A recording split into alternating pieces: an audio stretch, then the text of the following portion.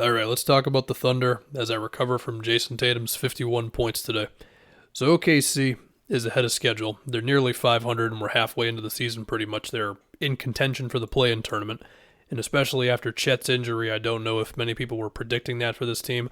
Of course, SGA has been amazing. We'll get into Giddey, their spacing on offense, their, would I say, organized chaos of a defense.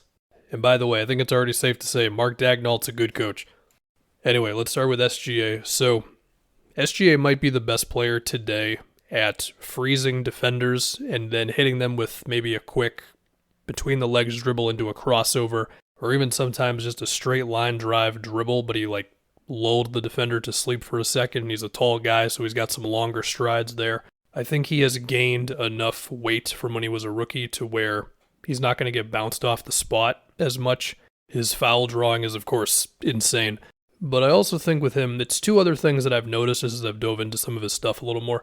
The first one is he has this thing where, especially when he's getting to his elbow fadeaway, where he can stop on a dime, and he has this really long step forward, but he then stops himself, and typically the defender gets off balance enough to create space, and then SGA goes up with the fadeaway. The second thing is he seems to use rejecting screens as a weapon more than your average guard, where you are going to the screen and then you just kind of cross over the other way. It seems like he's gotten a lot of defenders off balance with that simple move. Anyway, the other thing I wanted to point out, I said spacing for this team early on. Shout out to Mark Dagnall for this one. This team's spacing is pretty awesome. I mean, there's times when they're just straight up 5 out, especially when Mike Muscala's in the game, and they'll run the occasional DHO or screen action with SGA and Muscala, but SGA is also second in the league in ISOs per game, so it is a lot of him just doing some simple cooking sometimes. And I was curious about it. When Muscala and SGA are in the game, the Thunder's offensive rating is 119, which was the equivalent of the best offensive rating in the league. And I think it makes sense when you just look at the spacing that it creates for them. And of course, Giddey and Jalen Williams, we'll talk about him especially in a second here.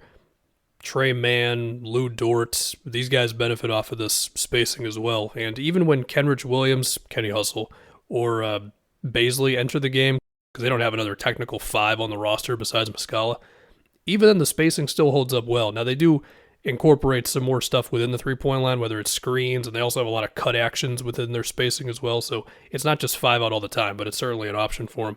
Anyway, to talk about Giddey, I think the interesting thing with Giddey, I don't want to talk about his passing too much because you know how awesome of a passer he is, but just to state it, he's an awesome passer. But of course, he's still getting his cutting on, and again, I just mentioned that with how that can help within the spacing.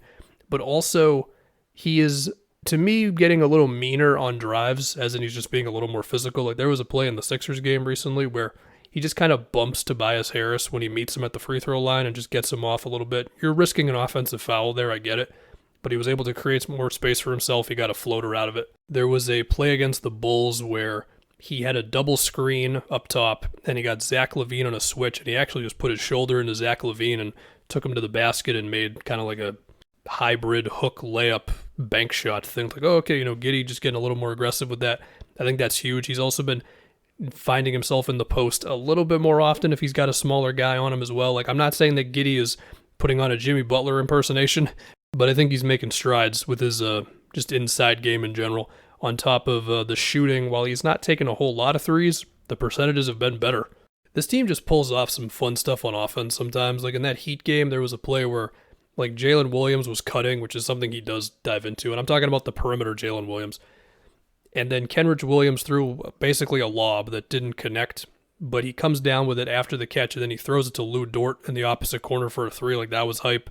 You'll have Giddey skip passes, and then it'll be a swing, and then you might get, sometimes Giddey himself will be cutting again, or you'll get Jalen Williams cutting, or it'll be Isaiah Joe finding himself open for 3 because all he wants to do is take threes.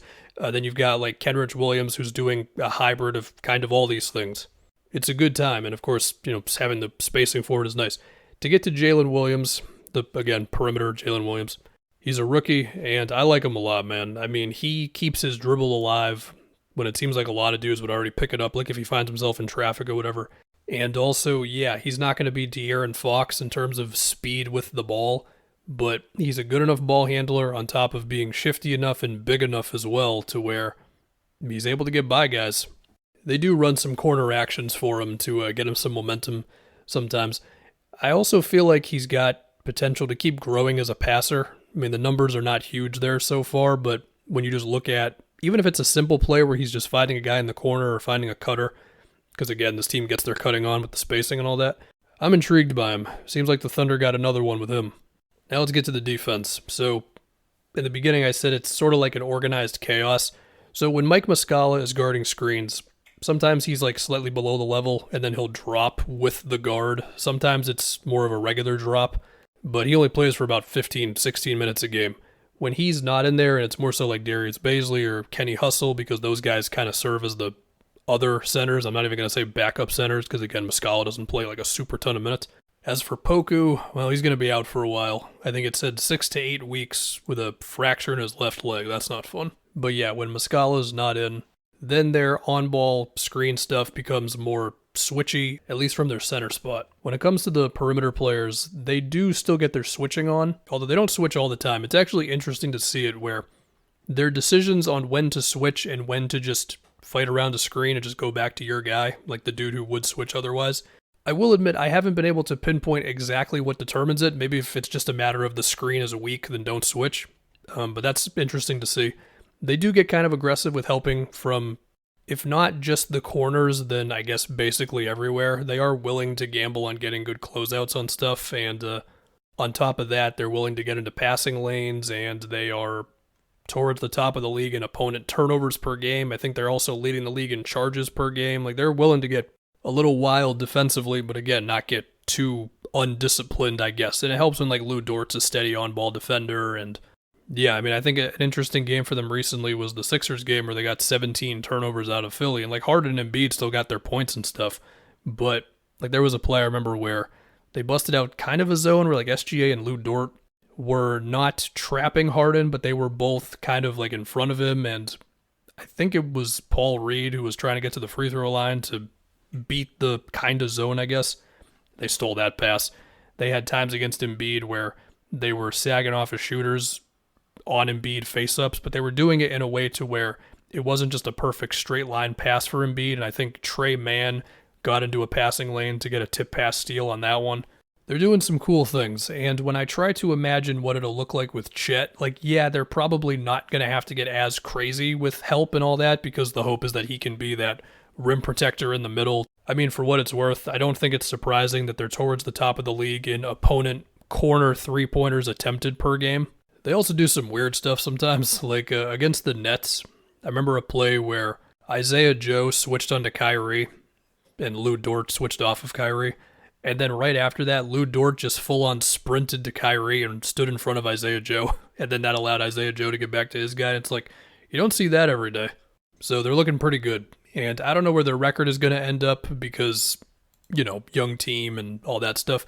But the process of everything they're doing is pretty good. And again, they don't have Chet. So when we look at this team for next season, I mean, they're going to have Chet. The Kemba Walker buyout, but still counts on their books, will be gone. And then, you know, that just gives them more luxury to make moves. And they still have their million future firsts and all that from the Clippers trade, the CP trade and all that. And so then it's like, with how good SGA is, the trajectory that Giddey's on, is it that crazy to suggest that when we get to, let's say, January 16th of next season, for this team to be the 5th seed in the West? I mean, the 5th seed in the West has 24 wins. The Thunder currently have 21. I don't know, but it's going well.